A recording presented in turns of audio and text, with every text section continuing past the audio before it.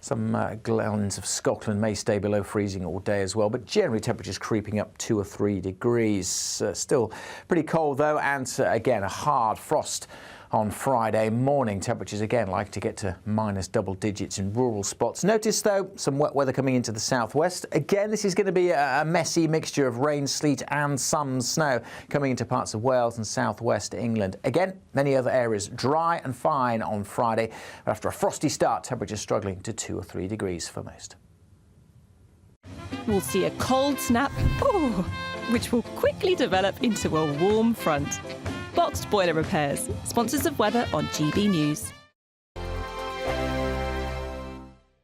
£50,000 in tax-free cash is like having over £4,000 each month to play with for a whole year. And it could be yours in the biggest Great British giveaway so far. That could be a holiday each month, your mortgage covered, or just the ability to send some of those day-to-day financial stresses packing. For another chance to win, text cash to 63232. One entry costs £2 plus one standard network rate message. Or text bonus to 63232. 5 entries cost £5 plus one standard network rate message. Go to gbnews.com/win. Entries start from just £2. You can call 0903 681 3232. Calls cost £2 plus your network access charge. Or post your name and number to GB10 PO Box 8690 Derby DE1 9TT. UK only. Entrance must be 18 or over. Lines close at 6 p.m. on the 31st of January. Please check the closing time if listening or watching on demand. Good luck. Sunday with Michael Portillo from 11, only on GB News. With the dawn of the new year come new opportunities for the stage. Stefan Kyriazis joins us now to share how he started 2025. We've got Sigourney Weaver, Hollywood star, coming in as Prospero in The Tempest. It's an experience. Sigourney Weaver has got this kind of patrician presence. She's always on stage, sat watching or stalking the area, but she doesn't quite get the Shakespearean rhythms for me. We've got more trauma for you, and we've got a little clip to run first. Cat on a Hot Tin Roof. I don't know how people's Christmases were with their families, but this is a very unhappy family, so you can feel good about your family, whatever they're like.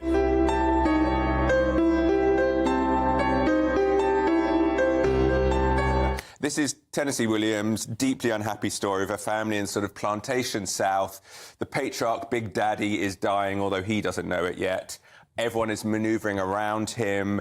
Everyone is pretty unpleasant, pretty unhappy. It's all based on nobody really telling the truth. Everyone's suppressing things. Got one more thing for us? We do, and suddenly sunshine, life, joy. It's Nutcracker, but in Havana. Which is from Carlos Acosta. It's a very Cuban feel. And again, we've got a lovely little clip to cheer us all up. Good. That.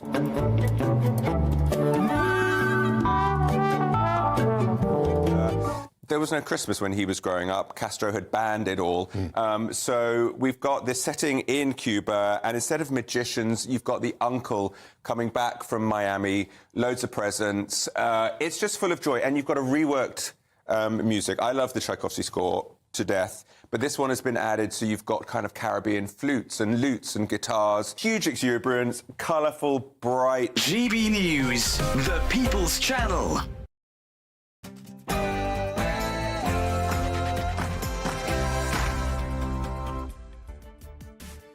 Good evening, everybody. You're watching State of the Nation on GB News with me, Matt Goodwin, the show that speaks up for the forgotten majority.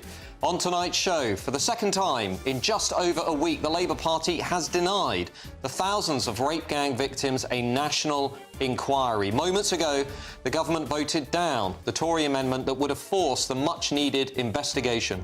I'll be giving you my views about this shameful move in just a few minutes.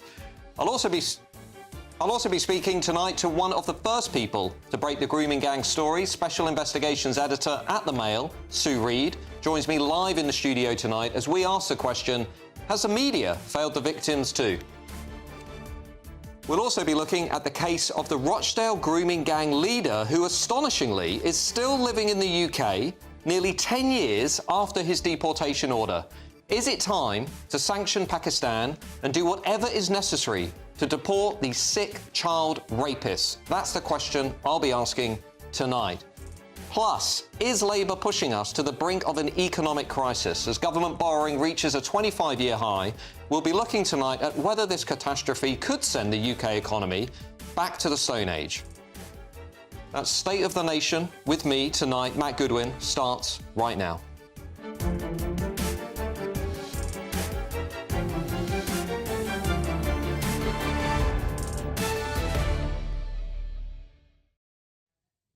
Now, I'll also be joined tonight by my panel, leader writer at The Telegraph, Sam Ashworth-Hayes, and the journalist and broadcaster, Matthew Stadlen. As ever, let me know your views, gbnews.com/your say, and hit me up on X at GoodwinMJ. But now it's time for the News Bulletin with Sophia Wensler.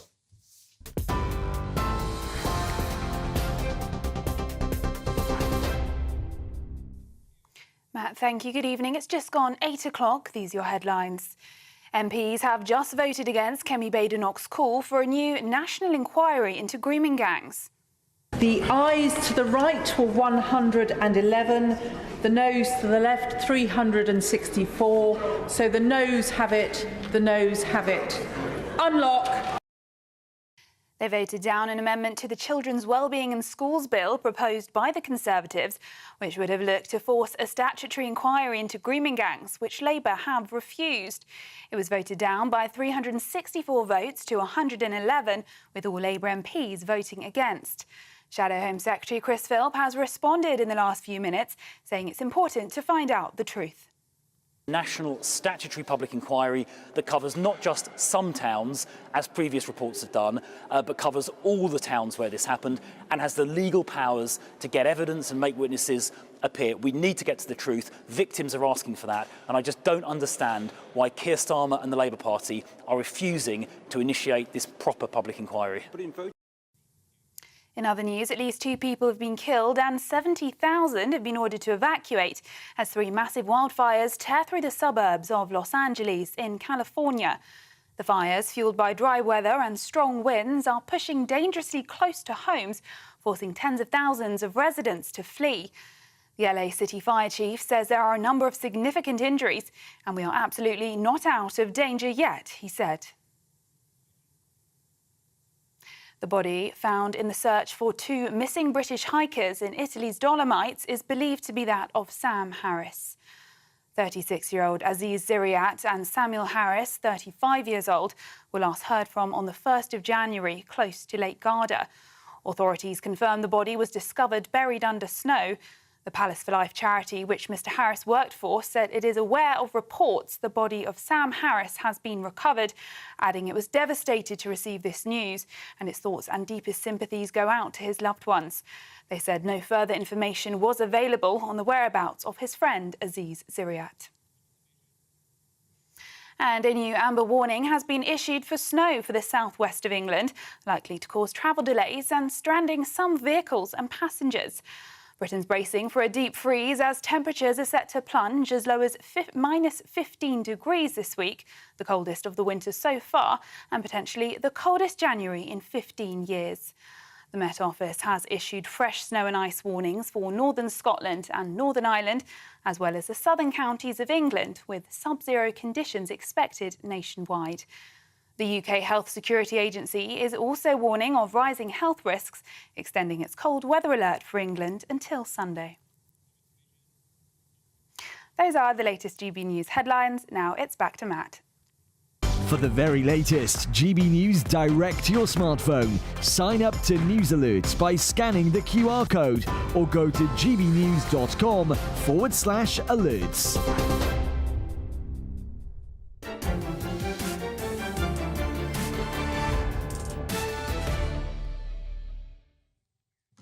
Welcome back to State of the Nation with me, Matt Goodwin. Now, shockingly, tonight, Labour and other MPs voted against a Tory amendment for a national inquiry into the Pakistani Muslim rape gangs. A party that has already committed to holding dozens of inquiries is tonight refusing to hold one on the mass rape of white working-class children across dozens of communities up and down these islands. Why has Labour refused to back this national inquiry? I think there are a few reasons. Firstly, I think Labour's gaslighting you. I think Labour MPs will tell you that it's about there already having been a national inquiry on this issue, but that's not really true. the major inquiry that we have was not focused solely on the issue of the Pakistani Muslim rape gangs at all. It bundled this issue up with a lot of other issues connected to sexual exploitation. It looked at only 6 local areas, some of which were not affected by the rape gang scandal at all. It didn't look at areas like Bradford and many other local authorities that even today are probably still grappling with rape gangs on their streets. The recommendations in that earlier report were too weak. That's why not a single police officer, not a single social worker, not a single local council leader, many of which, by the way, were in Labour-held areas, have been held responsible for looking the other way while our children were raped, abused and harassed by organised criminality. They didn't even really mention areas like Rotherham or Rochdale in that earlier report. And when they did, they often talked about paedophiles like Liberal Democrat Cyril Smith, not the Pakistani Muslim rape gangs. It's clear to everybody in this country that this is a national systemic crisis, that this needs more than detailed local inquiries. We need to have a reckoning with this issue as a country. We need another national inquiry. And you know, the other thing that I can't help but wonder tonight is Labour's opposition to a national inquiry, perhaps rooted in something else, perhaps rooted in its very strong support from Muslim voters, from Muslim communities, and from the fact that many of Labour's radical left progressive MPs cannot accept what this scandal is telling us, that multiculturalism in Britain is not working, that mass immigration in Britain is not working, and that the entire progressive worldview, which would have you believe that minorities are good and the majority is bad, has been turned on its head by this scandal, which has shown that actually members of a minority community are willing to rape, abuse and harass members of the majority. That's my view on what's happened tonight. I think it's shameful, and I think that many people out there in the country, millions of people, the forgotten majority, will not let the Labour Party forget what they think about this issue. As always, let me know your views via gbnews.com/yoursay. Tweet me on X at GoodwinMJ. But tonight, I'm joined by my panel to discuss this issue. Leader writer at The Telegraph, Sam Ashworth-Hayes, and a journalist and broadcaster, Matthew Stadlen. Now, Sam, to me, it feels as though the pressure on Labour is already almost unbearable. Elon Musk is still tweeting. The Reform Party are campaigning on the issue. There's part of me that thinks, even though Labour have voted against a national inquiry tonight, that inquiry might be inevitable, that the pressure might prove too much for the Labour Party. What do you think? I think if the Labour Party doesn't do this, then the next party in government may well do so. It certainly feels as if we've sort of opened Pandora's box on this one. It's going to be very hard to put the story away again. And I think the case for a national inquiry is pretty much unanswerable. People talk about the IICSA report, they talk about the local inquiries, but the fact is that these are patchworks across the country that don't cover the whole thing. In some cases, they don't really focus on the issue at all. And until we have a judge-led inquiry with the ability to compel evidence, compel witnesses, to really dig into everything that's out there, we're never going to get to the bottom of it. I mean, when you do explain to people out there in the country that not a single police officer, council leader, social worker, politician has been held to account for this scandal, probably a scandal that will go down in the history books as the biggest in British history, I think many people find that absolutely staggering. Why do you think that's been allowed to happen? So it's hard to explain. It's, you know, I cannot sit here and say to you, I have a perfectly reasonable explanation for why no one has really been held to account. Other than that, you know, we've had this patchwork of local inquiries, many of which perhaps lacked the power to truly do so. But even in Manchester, where you had this quite involved investigation into what the police were up to, the sternest sort of reprimand that came out of that was a written warning, which is just nowhere near adequate. And Matthew, on the Labour MPs watching this vote, obviously saying, well, look, we couldn't vote for it because we would have brought down the whole bill, and that's a narrative coming out of the Labour Party. But do you not think within the Labour movement tonight there will be a sense that actually they're not really in touch with the public mood out there? I think there may well end up being a national inquiry. I think the pressure isn't going to go away for that. What I'd like to start by saying is that front and foremost in all of this should be the victims. Absolutely. Who have been ignored to a very great extent. We know this. And some of the crimes that were committed against young, white, often white, maybe mainly white girls in poor areas sometimes of our country, in the case of this particular type of crime, it seems largely Pakistani, British Pakistani evildoers. Those crimes are beyond the comprehension of, I hope, anyone bar the people who've actually perpetrated them. But do you think... So I want to make that point first. The second thing I think it's important to say is that this is not a new story. Elon Musk has shone a lot of light on it, as well as spreading myths or disinformation. I think, perhaps inadvertently, and this is no thanks to him, there will be some good that comes out of this, whether or not there is a national inquiry. And I think that there will be changes in the law that will be fast-tracked by this Labour government. They might have done them anyway, and perhaps would have done them anyway, but will be fast-tracked because of the pressure and because of the toxicity. Yeah. Can I just ask you a question, though? Let me be very direct. Is Labour's hesitancy to back this inquiry, to pursue truth and justice on this issue, does that have something to do with the fact that actually a lot of Labour MPs are heavily dependent upon Muslim votes in their seats, and that many of those MPs almost... at the election just a few months ago, very nearly lost their seats, in fact, some of them did, to Muslim voters who are moving away from the Labour Party? I can't answer for the Labour Party. I can't answer for the Prime Minister. I can't get inside their head. So on that, your guess is as good as mine. What I will briefly say, if I may, is that in 2014, Professor Jay, who oversaw the big general report that made its findings clear in 2022, did a report specifically into Rotherham and the grooming gangs that we should call rape gangs. And what she found was that there was an extraordinary number of abuses, that there was appalling abuse, but also that the authorities badly let down these girls, and that some counsellors were nervous about these cases because of the ethnicity of what she described, according to the victims, as overwhelmingly, I think, or to a very large extent, Asian. But this is not a new story. And the final thing I'd just quickly say is that in 2012, Matt, you shared on what is now X, but what was then Twitter, I remember a Guardian article which it. effectively said if you point the finger specifically at British Pakistani rape gangs, you're being racist. So clearly you were behind the curve on that.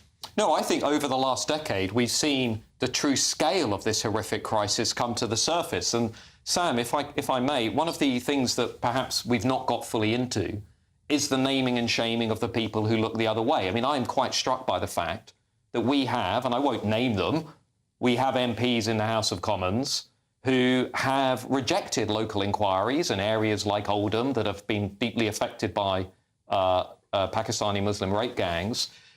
Is it time, actually, that we have a very full and frank national conversation and we start actually pointing to people and saying, I'm sorry, if you look the other way during, what's going to be the biggest scandal in our national history, you should not be in the public institutions. You should not be in elected office. I mean, it feels as though, a bit like the expenses scandal, we haven't really reckoned with this scandal yet.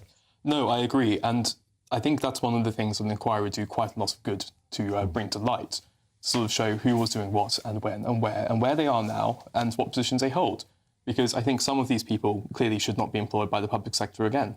I would agree with that. Anyone who is complicit in the cover-up or the ignoring of victims of this sort of abuse, or indeed any sort of abuse, but some of these cases were particularly egregious, the sorts of things we can't very easily talk about on live television. I've been sickened by the reports that I've read, as I'm sure anyone will who could have bared to read through them. That is clear, whether they're Labour, Tory, Reform, whoever they are.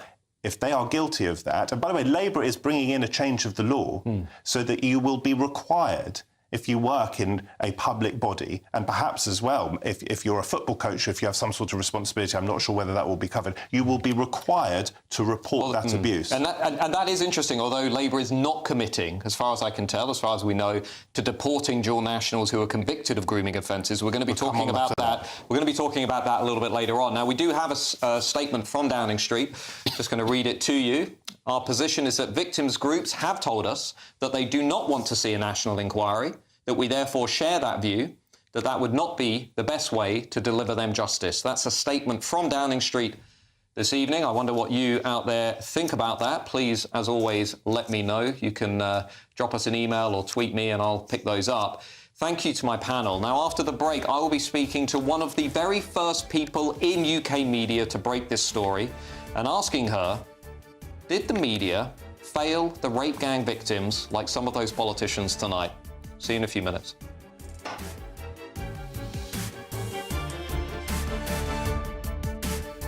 This Saturday at 8 p.m, tune in to a GB News Investigates documentary as we tell the full story of the grooming gang scandal.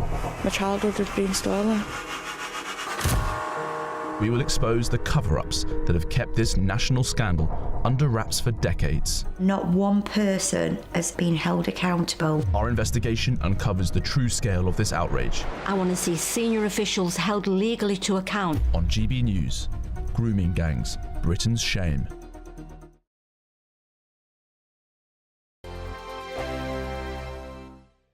Sunday with Michael Portillo from 11, only on GB News.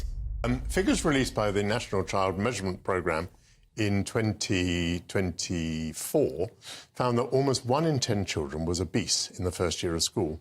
Children living in deprived areas are twice as likely to be overweight as those in more affluent parts. Organisations like the Prepped Foundation are educating youngsters about healthy eating by giving them the skills to create balanced meals. TV chef James Golding has joined the foundation as the head of food education, and he joins me now to talk about the work. James, lovely to see you here. Good to see you too. So Prepped used to be Table Talk Foundation, and it's now obviously Prep for Life, Prep for Knowledge. It's basically a charity to encourage kids to have a better understanding of food, but at the same time enjoy cooking and hopefully make better food choices in their life, as well as perhaps, you know, share the information we give them with their families. Do you see them developing an understanding of the difference between healthy and unhealthy food? Yes, I think that, you know, kids tend to sort of be taught a lot of this in school, but being able to actually ask questions to a chef and be able to cook with produce which they know is one, that is going to be tasty because they've tasted it, but two, open their eyes to food that they may not have tried before. I think that, you know, I think a lot of kids say they don't want to try stuff because they don't like the way it looks, but the way that we produce our sessions, you know, we encourage the kids to try, and I think it really does open their eyes. It's very easy, I think, currently to be able to make easier choices, say fast food choices or you know, that type of thing, and it's obviously giving people the ability to make the right choices, but also the skills to be able to do it. So I think it's something that needs to be addressed and something that really needs to be pushed, and that's what we're doing as a charity. GB News, the People's Channel. Thank you, Britain. Thank you for watching. Thank you for listening. Thanks for subscribing. Thank you for your support. It's you that make us the People's Channel. As we reflect on our journey so far, we're filled with immense gratitude. You mean the world to us. We couldn't have reached this point without you. As a very special thank you, we are giving you the chance to win one of 50 GB News thank you boxes. They're worth £50 each. For full terms and conditions, and to enter, just go to gbnews.com/thank you.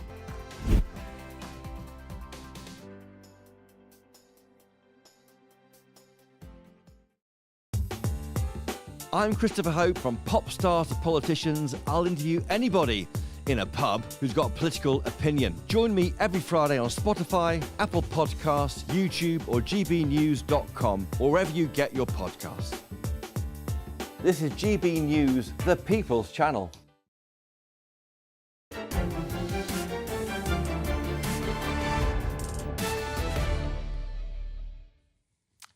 Welcome back to State of the Nation tonight with me, Matt Goodwin, where we're discussing the ongoing discussion about Pakistani Muslim rape gangs. Now, I want to hear some of your views. We've had a lot of people writing in. Elsa says, spot on, Matt, it's a disgrace.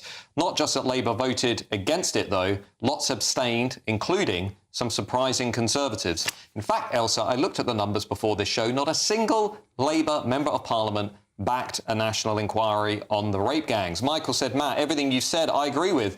However, if any part of that is true, then Labour will just do nothing, much like the Conservatives have. What happens then?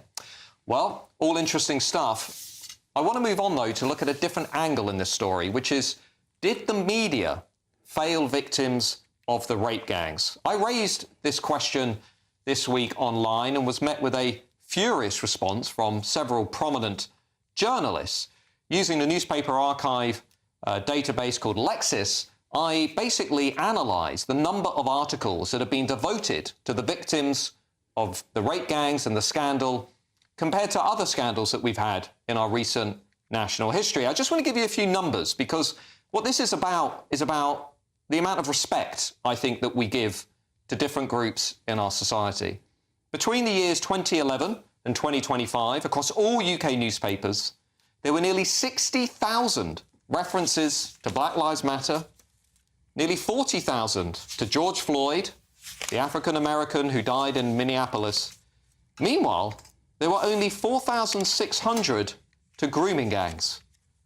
What you see here is a media class, I would suggest, that has become overwhelmingly preoccupied with liberal progressive scandals and issues, and really quite disinterested in the rape and abuse of thousands of white working class girls in our own communities here in Britain. Well, tonight, to discuss this, I'm actually joined by somebody who I specifically asked to come on the show, one of the first people in UK media to break this story, Special Investigations Editor at the Mail, Sue Reed. Sue, it's great to have you with us. Thank you for coming. Now, I was sent your article from 2010 before some of the articles in the Times and elsewhere appeared. It was. And you were really the first person to throw light on this issue. I just want you to, if you can, take the viewers back to that time. Why wasn't anybody in the UK media talking about this scandal? Well, you really have to go back earlier than that, because I first heard about it in '97. OK? And I got a message on my very small Nokia phone, and it said, I've got some bad news. She then went into a bit of rather racist stuff by saying my daughter's been stolen by the bloody ex. And this was 97? Can you help me? 1997. We know that even earlier than that, in the 80s, the Sikhs, it was happening to the Sikh girls. But the Sikhs are fairly, you know, they are a warrior stock, and they saw off the gangs.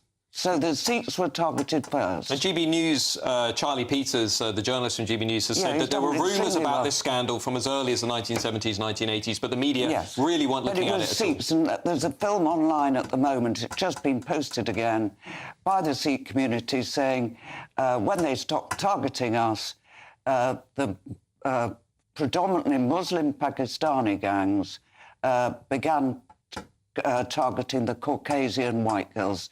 It's on film, and it's you know, very, very interesting. But so I had 97, but there was a perfect storm. So what happened was this woman who I spoke to on the phone, this mother who practically lost her child, the most terrible things that happened. There's horrific stories out there. Yes.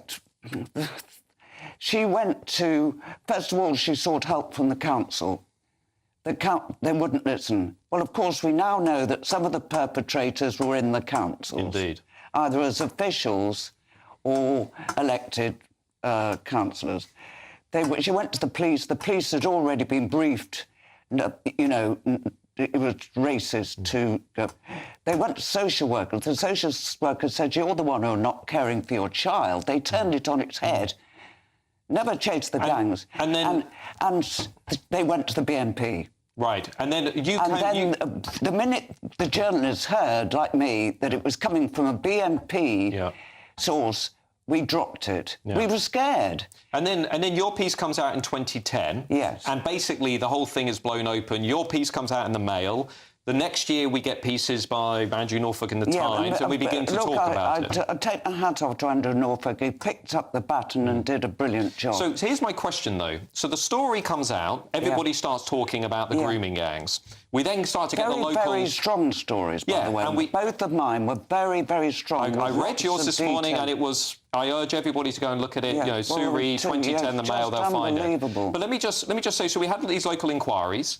We then, you know, come through the J report and others. Here's my question. Why do you think, when I run the numbers on UK media coverage, why do you think journalists and newspapers and editors have been focusing much more attention on things like George Floyd, Black Lives Matter, Grenfell, Windrush, than these poor girls who were systematically raped and abused? Well, there were a number of myths put about, first of all, about the girls.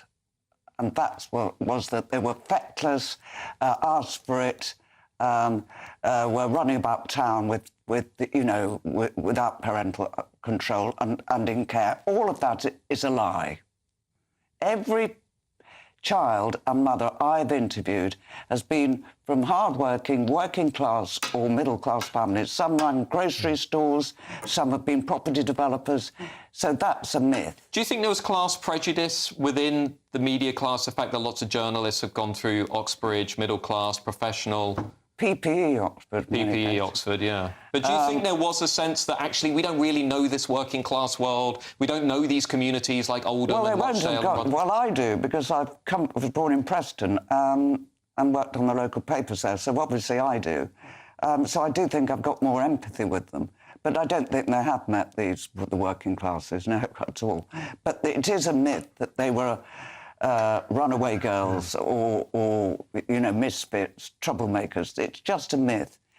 The other thing was, of course, it collided with our super sensitivity regarding racism. In terms of political correctness, in terms of then it fears was of called being called a political racist. correctness. Now it's woke, isn't it?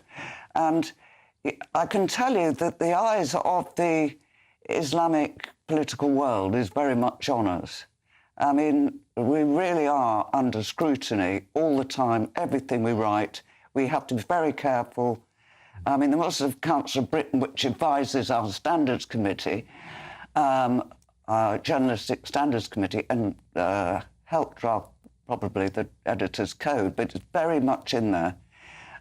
They issued a statement on these gangs saying they were prepared to accept an investigation on the proviso that it wasn't racist. I mean, so whenever you discuss this, accusations of racism, some bubbles the top, and it's, it's a nasty thing to be accused of, and it's equally difficult to defend yourself against it. And just to play devil's advocate, of course, lots of journalists would say, well, they did break the story in 2011, they did draw attention to it. I guess my personal observation today would be, well, why do we have a Coronation Street storyline about grooming gangs where it's white on white? Why do we have a Channel 4 documentary where the focus is on a girl who lied about being abused by a grooming gang as opposed to the thousands of young girls who were? I mean, it's quite ridiculous because there is white.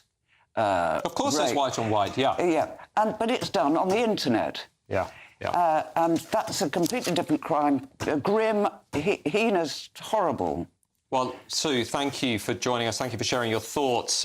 If you want to see the numbers on the media coverage, then head over to my Substack. You'll find them right there at mattgoodwin.org. Thank you, Sue. Now, in a moment, we will be discussing a Rochdale grooming gang leader who, get this, remains in the UK 10 years after his deportation order, walking around the same community where he abused and raped young girls. Outrageous. Join me in a few minutes. We'll be looking at this case and whether we can deport more of these guys. See you soon.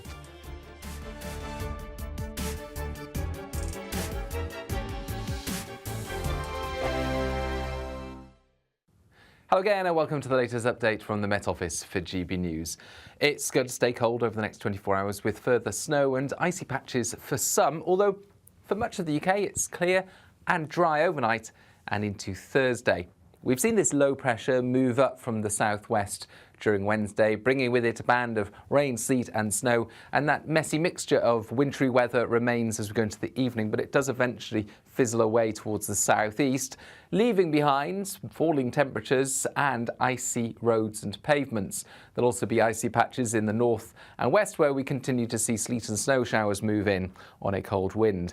Inland temperatures dropping as low as -5 or -6 in urban areas and in some sheltered rural spots, particularly where we've got snow cover. For example, across parts of Scotland and northern England, temperatures could dip into the minus double digits.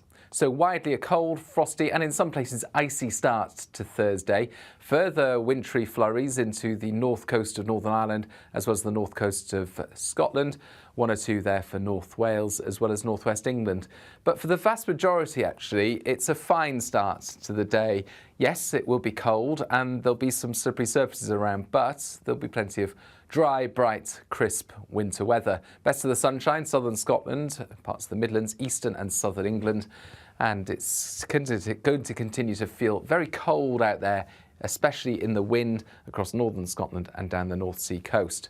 Temperatures struggling to get to 1 to 3 Celsius, and in some places where we've got snow cover and some hills, for example, temperatures not going above 0. So we keep that cold air in place for Friday, but at the same time, another Atlantic system will move in, bringing once more a mix of rain, sleet and snow. But it's a temporary wintry spell because as it moves in, temperatures slowly lift over the weekend. Good Afternoon Britain isn't just about us. The wonderful thing about this programme is it's about everyone watching. It's an interactive programme. Well, there absolutely is something to see here, and we're going to be talking about it more. Whether it's breaking royal news, Will, please bring us up to date, or indeed a particularly punchy speech in the House of Commons. Very, very curious. We bring it to you live, and then we bring you live reaction as well. That's Good Afternoon Britain, weekdays from midday. Only on GB News, the People's Channel, Britain's news channel. It's Patrick Christie's Tonight, and here we do things differently. It's explaining the absolute madness of this, doesn't it? It's explosive. I mean, this is very good. It's lively. 850. Your government sat there, Sean, and it did nothing. It's controversial. And the Middle East has been in turmoil since before I was born. It's everything you need to kickstart your evening. Everyone's had their Weetabix tonight. I love to see it. That's Patrick Christie's Tonight, weeknights from 9 p.m. Only on GB News, the People's Channel, Britain's news channel.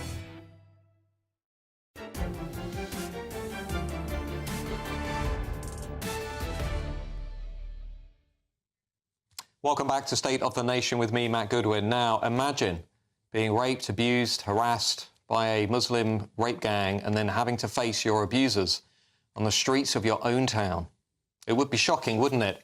One of the most horrifying revelations that has come out of the recent spotlight on the rape gangs is the fact that people like Qari Abdul Rauf, the Rochdale grooming gang leader, is still living in the very area where he committed his crimes 10 years after his deportation order. Rauf was a British-Pakistani dual national before having his British citizenship stripped after leaving prison. But because he renounced his Pakistani citizenship, his lawyers have now argued that he is in fact stateless. Considering the hundreds of thousands of visas that we issued to Pakistan over the last decade, along with the tens of millions that we send in aid, in fact, we're sending 130 million next year, is it time to put sanctions on tariffs on Pakistan to take back dual nationals who commit this heinous crime? This year, we're giving £133 million in foreign aid to Pakistan, while we can't seem to get dual national convicted groomers out of the country. It's absolutely bonkers. Well, to discuss this issue, I'm now joined by human rights lawyer Sharab Khan. Thank you, Sharab, for joining us tonight. These guys should be thrown out of the country, shouldn't they? No, I don't think they should. I'm not quite sure. I mean, what basis are you suggesting they should be? I mean, for instance, let's suppose, obviously this was a gang. So supposing some of them were white British people, some of them were brown British people. They all go to prison, get prosecuted, get convicted, do their time. And then when they come out, the white British people go back to their families and children. They start living their normal lives. They go back to work. They start working, going back to their neighborhood. And the brown British people get stripped of their nationality and then get basically sent into exile. I think that's discriminatory. That's racist. That's wrong. I just don't see how that could possibly be fair in a fair legal system.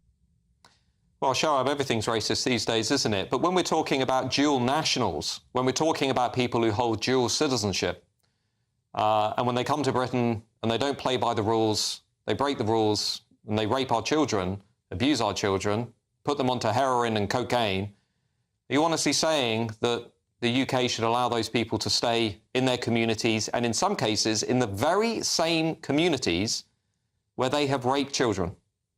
What you're saying about being in the same communities, I mean, again, I mean, this is the first time I've ever actually heard an objection to that. I don't know. I mean, don't murderers do that? You murder, you do for 14, 20 years, then you go back to your family house. We don't generally say, you can't go back to your village or your city. That's just not how this system works. If that is something, a huge legal reform that we want to bring in. I mean, I'm happy to discuss that. And I think, yes, you're probably right. You know, just a victim, just seeing your abuser or the murderer of a family member or your rapist on the street would, of course, be, you know, hugely traumatic, unimaginably appalling. But of course, I mean, that's just what the system in this country is. The point is we're saying, you know, because he's brown, because he used to be Pakistani, the law should be different for him. That's what's objectionable. That's what's wrong. If we're saying just change it for everyone, no criminal released from prison should go back home, should live with his family, should go to that same city, then fine. I mean, I'm not sure how that would work. But if that's a discussion we're going to have, then I'm happy to have that discussion. So just to be clear, you personally have no issue with the case that I discussed, Kari Ralph, who was a Rochdale rape gang leader, returning from prison to the community where he abused children. He should be able to go back to that community to live his life, even though he held dual nationality. He then renounced that dual nationality. I wonder why. Maybe because I suspect this man is a coward and a sick individual. But you don't have any problem with that individual case? Well, if that's the way that the law works, then yes, I don't have a problem with it. Well, should we change the law? Do you think, like, for example, the Reform Party, who are saying we should change the law so that we can deport dual nationals who are convicted of belonging, you know, being part of a rape gang? The Reform Party wants to change the law so that those people are deported out of the country, and if countries like Pakistan do not take them, then we will use our foreign aid budget and our visa programs to apply pressure to those countries to take those, I say men, but to take those sick individuals back. No, of course I don't agree, because like I said, that's double punishment. Like I said, you know, if he was white, he was British, born, bred in the UK, had a white family, white children, he would now be back with them. No one would be talking about it. He's done his time in prison, he would be out, just like thousands of people every month. So, thank you, Sharab Khan, for sharing your interesting views with us tonight. Thank you. Sam, let me ask you, these guys should be deported out of the country, shouldn't they? Well, in this particular case, a deportation order was made. His citizenship was removed. He renounced Pakistani citizenship, but a tribunal found that there were no barriers to him retaking Pakistani citizenship. So it's not actually clear to me whether the barrier is Pakistan or whether the barrier is the Home Office being its usual incompetent mess. You know, in this particular case, I think it's really worth emphasising that this man moved to Britain as an adult, received citizenship, and then proceeded to commit these crimes. And from where I am standing, if you take the citizenship of a country, you are swearing a form of loyalty to it. You are basically saying you'll be a good and upstanding citizen. And if you are effectively lying when you do so, you should be made to face consequences for it. I think just before I come to Matthew Stadland, one of the interesting parts of this case, I say interesting, is probably the most disturbing part, is that he used the Human Rights Act to appeal that deportation would affect his right to a family life. Now, I wonder about the victims and their right to a family life. I wonder about the poor girls in the town where he lives, having to go shopping, having to go leave their home, and wonder if they're going to bump into this paedophile. Is it time maybe that we actually look at this within the context of reforming or repealing the Human Rights Act? I mean, there's a whole swathe of issues with that law, which, as you well know, need to be looked at. Although I think in this case, the courts actually ruled he could be removed. So again, it seems to be sort of administrative inertia, which is keeping him here. So, Matthew, let's remove them. We have laws in place that entitle us to remove certain foreign criminals in certain circumstances. Like Jacob Rees-Mogg, with whom I disagree about almost everything, I don't believe in two-tier citizenship. So, just for example, maybe it gets a little bit more complicated if you've come to this country, taken British citizenship, are a dual national, and then commit a heinous crime. This is what this guy did. Which is what this guy did, unspeakable things. I'd still advocate for a single-tier citizenship, that we're all equal under the law if we are British. But imagine you're born in Britain and the state then could take away your citizenship. That seems to me to be very sinister. You can hold two thoughts in your mind at the same time. You can hold two thoughts, Matt, in your mind at the same time. One is that the crimes of these individuals, as I've said earlier, are beyond our comprehension, truly wicked and unequivocally evil. The other is that we live in a rules-based society. But having said that, I mean, we live within a particular set of rules under the Human Rights Act, the European Convention on Human Rights, which basically subordinates UK domestic law behind those international conventions and international courts.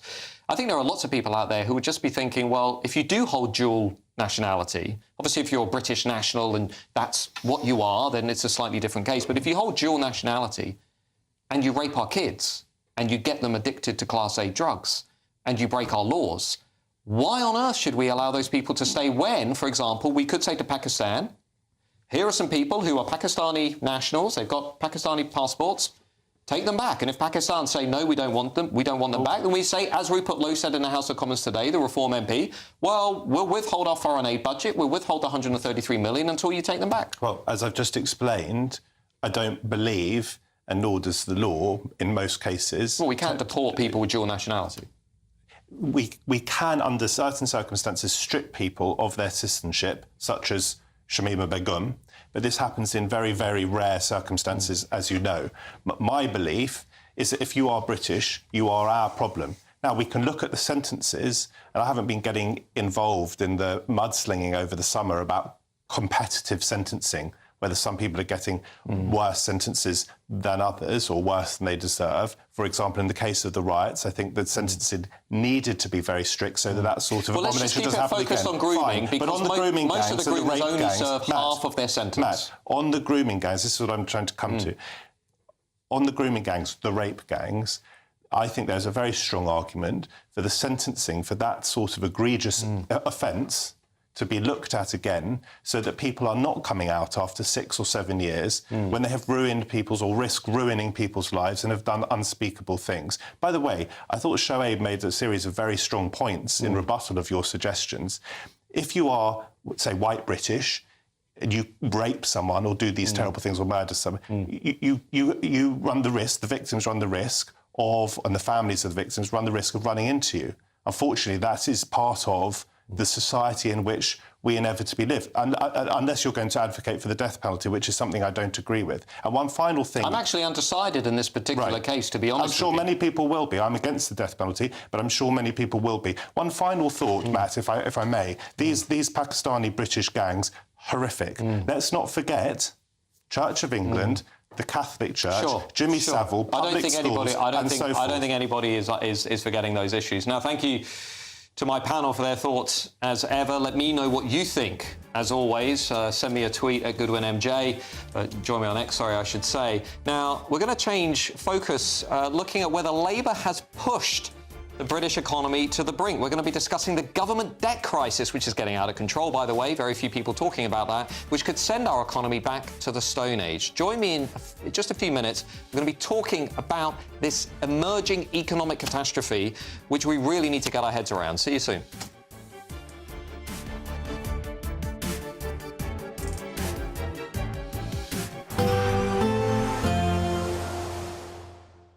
Dinner under the stars tonight? That reminds me of our travel insurance. You mean all clear skies? All Clear Travel Insurance sponsors GB News travel destinations forecast. If you're looking to escape the cold weather in the UK and find some winter sun, well, you're in luck. Fine for many parts of southern Europe. And it's looking like there'll be some warm sunshine for the Canaries as well as Madeira. But for Portugal and Spain, particularly towards the north, there'll be some showery rain, more especially parts of the south of France seeing some wet weather. Snow for the Alps there, showers for Italy, and indeed there will be some showers across parts of Greece during the next few days. All Clear Travel Insurance sponsors GB News travel destinations forecast.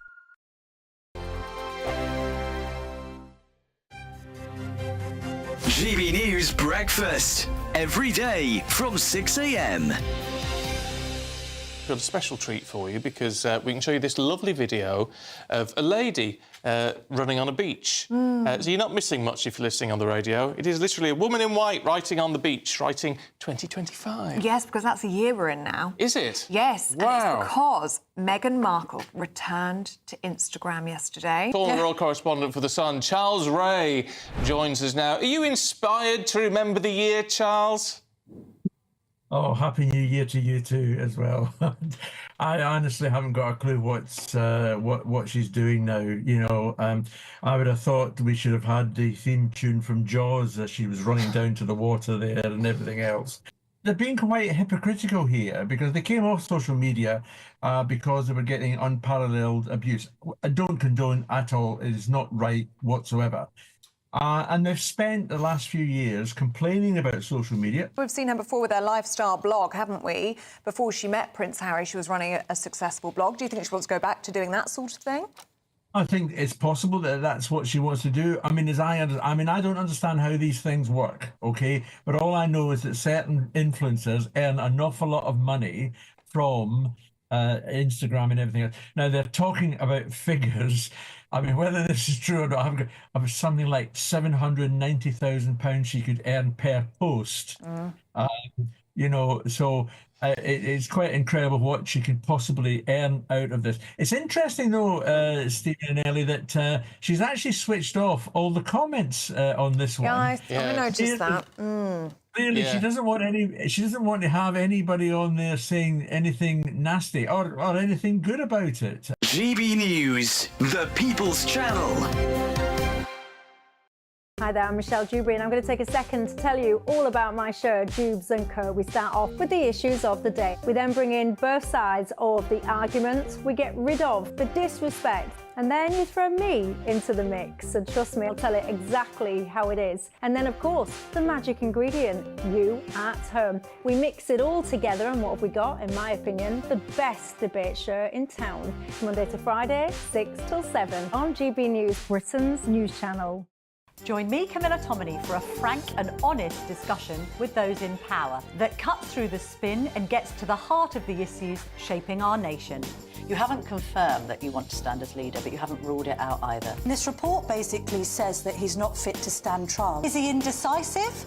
Incompetent? I deliver the dose of reality Westminster needs. That's the Camilla Tominey Show at 9:30 every Sunday on GB News, the People's Channel, Britain's news channel.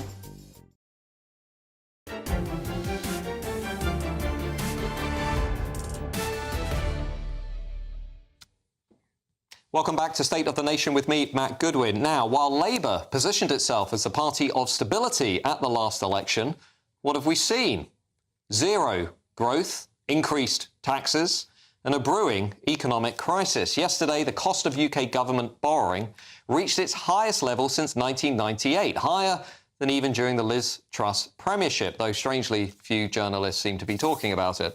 If confidence continues to plunge and the cost of borrowing increases, we could be facing serious economic collapse of the kind that would send the UK back to the Stone Age. Much of this crisis stems from the phenomenon of quantitative easing, where the Bank of England prints money as a means of paying off deficits. But today, in Parliament, Reform MP Rupert Lowe put forward a motion to limit this practice, which peaked at nearly £1 trillion. Now, we've got a debt clock to show you at home. This is Britain's debt, which you'll be able to see popping up on the screen. £3.1 trillion. There's the debt that we have to pay and our children have to pay and their children have to pay, yet strangely nobody seems to be talking about it. Now, tonight I'm joined by the social business entrepreneur and Tory donor, Philip Allman. Philip, how big is this brewing crisis? Because people at home, you throw numbers around like 3.1 trillion, you talk about the cost of borrowing. I mean, what are we really talking about here? How big could this get? How bad could this get? Well, in my view, a system has to collapse. There's so much debt that's built up. It's inevitable with the suffering that people are going through. You talked about it just before, that people can't afford to put food on the table because of the inflation, the cost of living increases. People can't afford to buy houses. So young people not buying houses, the system will collapse. Right. It's inevitable. And until we actually repair the system, we're in trouble. So we've seen today that the fiscal headroom that Rachel Reeves says she had, I think around 10 billion, it's come down to about $1 billion. Clearly, Labour are going to feel the bite of all of this. We're going to have more tax rises, aren't we? That's where this is going. We're going to have more tax rises and public spending cuts. I think that's a red herring. I don't think that should be what's done. I think we need to understand what's actually the underlying root cause. And I think Rupert Lowe is starting to give us some ideas. I think it's a breath of fresh air that Reform and Rupert are starting to look at some really basic problems and to start to address them rather than more of the same that we get from both the other parties. And I think what he's saying is quantitative easing, where the government prints money, causes inflation. It's simply that there's more money. Sure. and the same amount of goods, the same amount of houses, and therefore it puts up house prices, it puts up the passive pension, it puts up the consumer goods. So effectively, printing money is the cause of the problem. Therefore, his idea of actually making illegal for the Bank of England is, I think, is a phenomenal idea. But I think there's even bigger opportunities, and I think it's one, hopefully, that Nigel Farage and Rupert can start to actually put forward. But I think there's even more than that, because if you look at the actual numbers, 97% of the money that's created isn't actually created by the central bank. Right. It's actually created by the commercial banks. Right. And that's something that people don't realise. The banks actually create money. And just treat me like I'm a moron. What does that mean? That means that they're private organisations, and we think of a bank deposit. Yes, so we think you go into the bank, you deposit your money, and the banks lend out. The answer is no. They don't need deposits. They literally magic up money. They create a loan where I owe the bank money, and then they owe me money. It's a kind of swap of credit. But there's no deposit, and they can create as much of this money as they want. And they're private organisations. They're creating it for their own means. So you're saying essentially we're on the precipice. We are facing a systemic crisis of the scale that we saw in 08, 09? Much bigger. Bigger? Much bigger. Much bigger. Because the system, until we actually look at this system of credit being created endlessly, we're not going to sort it out. I mean, over the years, we've seen house prices grow.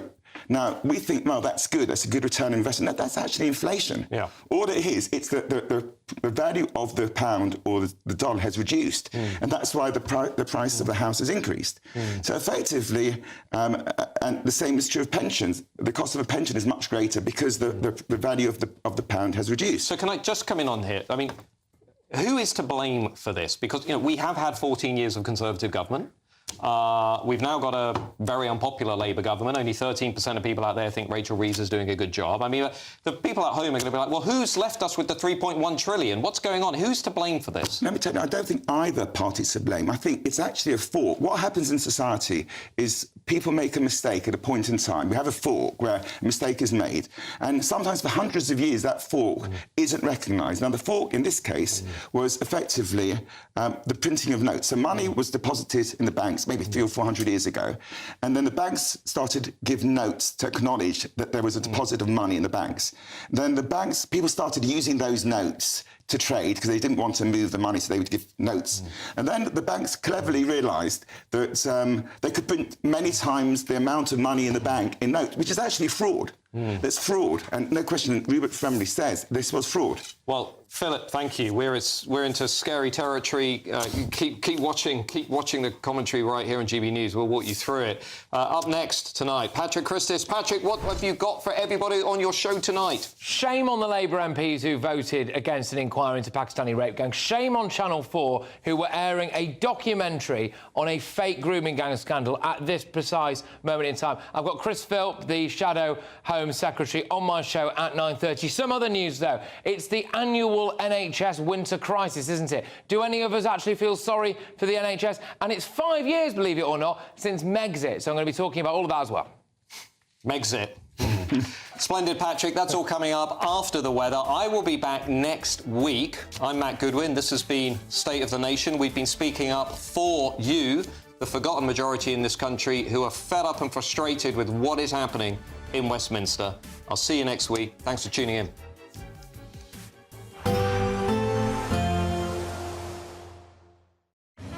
Even though we'll see a cloudy start, it'll be a bright outlook for the rest of the day. Boxed Solar, sponsors of weather on GB News.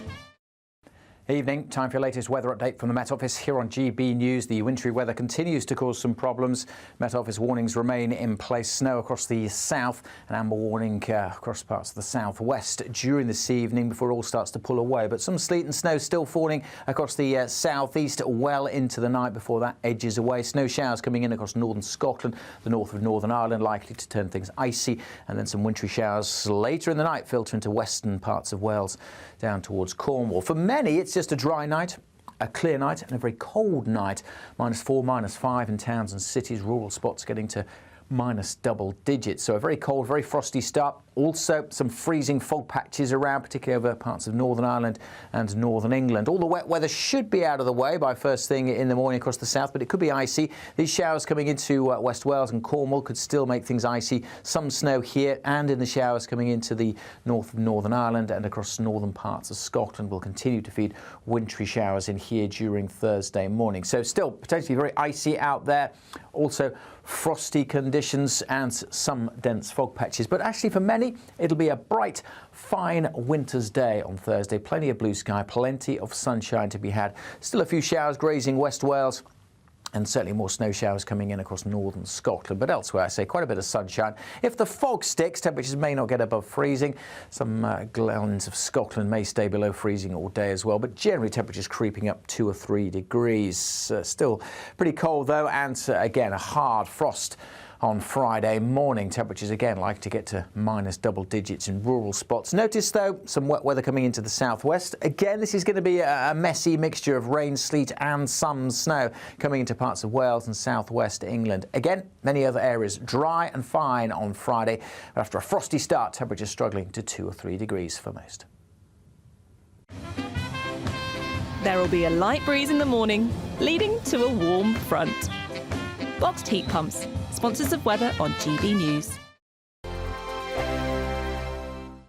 Imagine how £50,000 in cash from us could make your new year go with a bang. From treats to holidays to fun times with the family, a totally tax-free £50,000 in cash